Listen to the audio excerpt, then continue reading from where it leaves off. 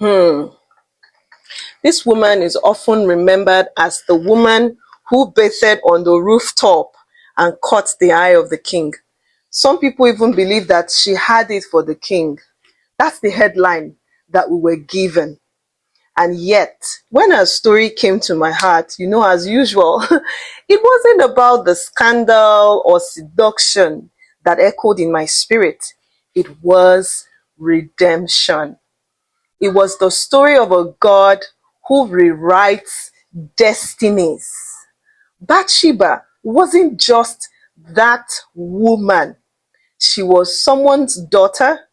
She was someone's wife before David's gaze turned her world upside down. She was a woman who likely knew the rhythms of everyday life: washing, kneading dough, speaking softly to her servants, or perhaps daydreaming about the future. But her story collided with power and brokenness. The king summoned her and she went. What choice did she have? This woman has been blamed many times that why was she bathing there? She was bathing too long. The Bible doesn't tell us how she felt. Maybe afraid, honored, trapped, a mixed feeling of willingness. We don't know. But what we do know is this: the affair cost her. It cost her husband, her reputation, her child. Bathsheba's story begins with loss, and loss could have been the final chapter. But God had other plans for Bathsheba, plans that whisper his relentless grace for all of us and over us all. In a culture where her worth could have ended the moment her husband Uriah died, God remembered and redeemed her place. He didn't just restore her, he elevated her. Bathsheba became a queen. She became the mother of Solomon, the wisest man who ever lived, and more than that, her name appears in the lineage of Jesus Christ.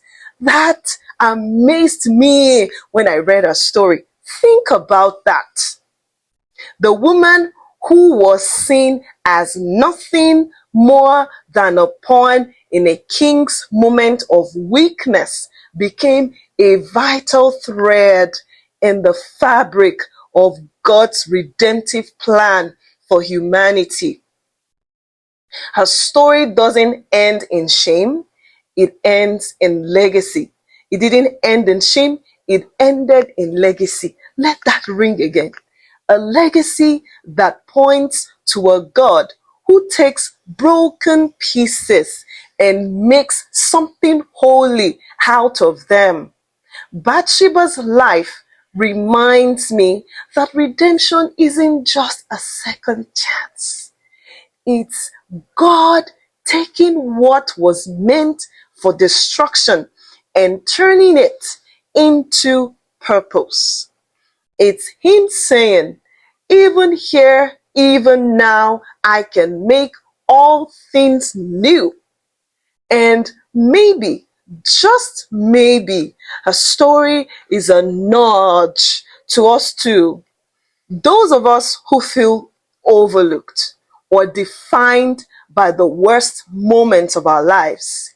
If God can redeem Bathsheba, what could He do with your story?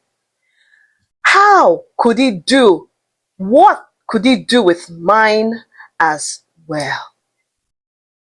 Thank you all for listening and watching.